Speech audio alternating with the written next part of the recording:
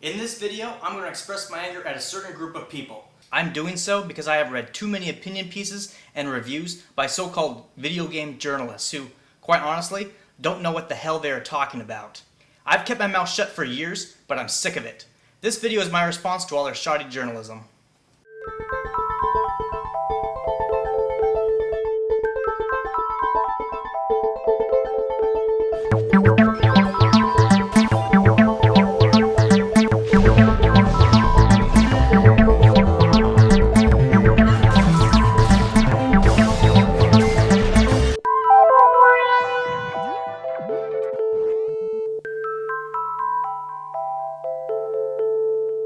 In the past few years, a number of supposedly reputable video game reviewers have been referring to games such as Final Fantasy and Dragon Quest as Japanese role-playing games, or JRPG for short. The problem is that genre doesn't exist. The genre these games actually belong to is called console-style RPG in the West and light RPG in Japan, and we have been using these genre labels since the 1980s. I have no idea why the current generation of reviewers need to invent a new term to describe games which have been around for 3 decades, especially when their term is kind of racist. Not only that, but Japanese RPG is a terrible term simply because a large number of role-playing video games made in Japan do not fit the console-style RPG genre. They make all kinds of computer RPG games. For example, roguelikes are still very popular in Japan, as are PC-style RPGs, action RPGs, and strategy RPGs. Therefore, if the JRPG label is thrown around at all, it should be used in a broad, non-genre specific way to refer to all role-playing games which come out of Japan. This includes tabletop RPGs like Sword World. This is the same way we use the label Japanime, which is often shortened to anime. Anime is an art style and an industry, but it is not a genre. With the exception of a few industry-unique genres, anime falls under the same genres as any other film medium. Calling a film anime tells us what style it was animated in, and usually where it was created, but it doesn't really tell us anything about the film itself. The same goes for JRPG. It's an industry, not a genre. Stop using a racist term to describe gameplay genres. Hell, there are a number of console-style RPGs created by non-Japanese developers, so trying to claim all the games of this genre come from Japan is rather absurd. As I mentioned earlier, in Japan, these games are called light RPG. Obviously, this label won't work well for English speakers because it sounds too similar to the rules-light RPG genre of tabletop RPGs. But in order to understand what makes a game belong to this genre, we need to examine the label. First, we need some information on computer RPG history, which takes us to Wizardry, proving grounds of the Mad Overlord. Wizardry was one of the first massively popular graphical dungeon crawlers, and was released on various home computers. Although the game was widely distributed in 1981, the game started development in 1979 and saw limited release in 1980. It was programmed by Andrew Greenberg and Robert Woodhead, who were most certainly inspired by text-based computer games. But Wizardry was not released in Japan, at least not in the early 80s. In fact, graphical dungeon crawlers remained unknown to Japanese gamers until the Black Onyx was released in 1984 for the NEC PC-88, a personal computer that was popular in Japan at the time. See, the Black Onyx was created by Hank Rogers, a young college graduate living in Japan as a foreigner. Hank Rogers was an avid RPG game player, with both Dungeons & Dragons and Wizardry among the games he played. Hank, realizing these games were unknown in Japan, decided to program one in the Japanese language because he felt the gameplay would be successful in that market. Hank was very correct, and after the Black Onyx became extremely popular, Japanese gamers started to import Wizardry until Wizardry was officially translated into Japanese and ported over in the late 80s. Now, another series of games we need to know about is the Ultima games, created by Richard Garriott. Richard Garriott was the creator of one of the most influential computer RPG games of the time, a graphical dungeon crawler called Akalabeth that he released in 1979. Due to the popularity of Akalabeth, he created the Ultima games, which had improved graphics and more detailed combat systems. The first 3 Ultima games are among those that were imported by Japanese gamers after the release of the Black Onyx. Now, for those of you who have never played an old-school computer RPG dungeon crawler, let me explain their basic gameplay elements. Firstly, their combat systems are almost completely derived from Dungeons & Dragons, right down to how dice rolling determines how much damage characters deal. Turn-based combat is also a crucial element, not just because of hardware limitations, but because the D&D uses turn-based combat. Secondly, they have character creation systems highly derived from D&D.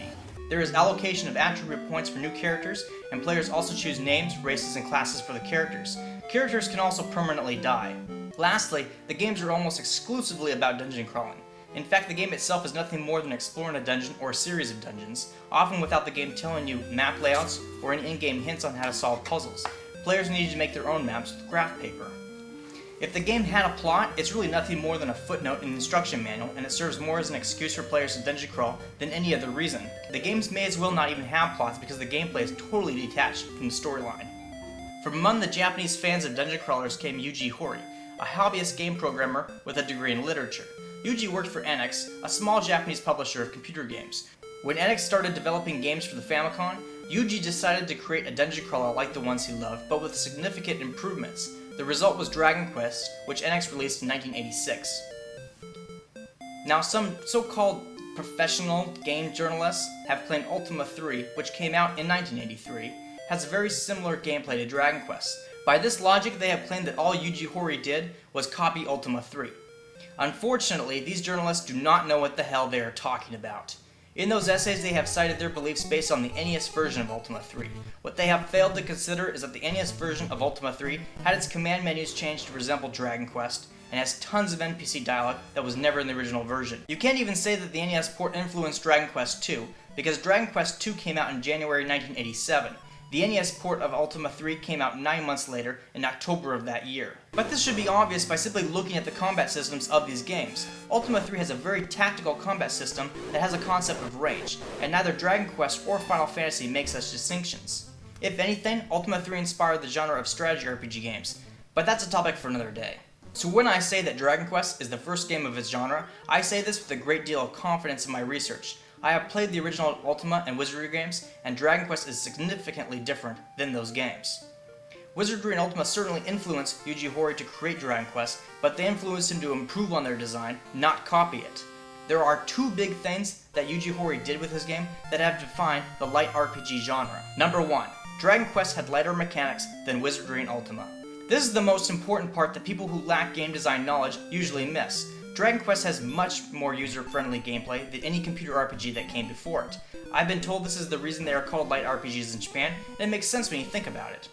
Dungeon crawlers like Wizardry and Ultima require the player to use a keyboard to type out commands, and these commands need to be remembered. One example is that the names of magic spells in Wizardry need to be typed out in order to be cast.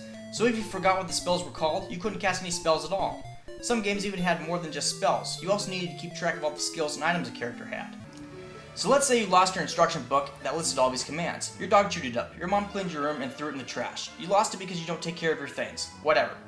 You're pretty much screwed without that book and your journal of notes. Dragon Quest resolved this problem by allowing you to simply select what actions you wanted to perform from a small menu. If you think this is only because the Nintendo lacked a keyboard, then you are incredibly ignorant about video game history. The Japanese version of the NES, called the Famicom, did indeed have a keyboard attachment which people could buy. This keyboard came out in 1984 and Dragon Quest came out in 1986. So if the developer really wanted to create a dungeon crawler for the Famicom that used a keyboard, Yuji Horii would have done so. It is therefore an intentional design goal to make a dungeon crawler with simple menus to make the game more user-friendly, which is a core part of the console-style RPG genre. And before some ignorant moron comments on my video and says, "But Wizardry for the NES also uses menus like that," Wizardry was not ported to the NES until 1987. Dragon Quest came out in 1986. The NES port imitates the gameplay improvements created by Dragon Quest, not the other way around. Dragon Quest also removed the need to spend attribute points on characters or choose classes and races. You couldn't make a crappy character by misspending points or choosing the wrong race or class. Dragon Quest also lacked character permadeath and the mind-boggling stupid ways you can die. For example, in Wizardry, you can have traps teleport your whole party into a wall, instantly killing your entire party off. If you don't have any other characters waiting in that town, you'll have to spend hours re-leveling a whole new party to go into the dungeon to rescue them. And once you do bring their bodies back to town, they might perma-die when the priest tries to res them. Dragon Quest also had a pretty easy to understand system for damage. More expensive weapons dealt more damage, and more expensive armor reduced more damage, rather than the completely arbitrary cost of items in Wizardry, where good items were often cheaper than crappy items. Lastly, and this is probably the most important gameplay design element, Dragon Quest did not have a third-person perspective when you enter a dungeon. Instead, the character just walks around the map the same way they do on the overworld, which is uniquely different than the Ultima games, which switched to a third-person perspective when you went into a dungeon. This meant you no longer had players getting massively confused about where they were, and Dragon Quest players never experienced the trapped in hell feeling one gets from its predecessors. With these facts in mind, we can see how Dragon Quest branched into a different direction by doing the opposite of what its predecessors did. Rather than make more complicated methods of controlling and creating characters, it made a simpler one. To navigate around the world, you no longer needed to draw detailed maps of dungeons on graph paper, and to play the games you no longer needed a journal full of notes on coordinates, spell names, the different weapon damages, or what keyboard commands did what actions. You don't even need to read the damn instruction manual to play the frickin' game, because gameplay is intuitive, and NPCs will tell you anything that's not. Dragon Quest is a work of genius, and by just looking at its design, you can understand why it had mass success. It was a dungeon crawler for the everyman. Continued in Part 2.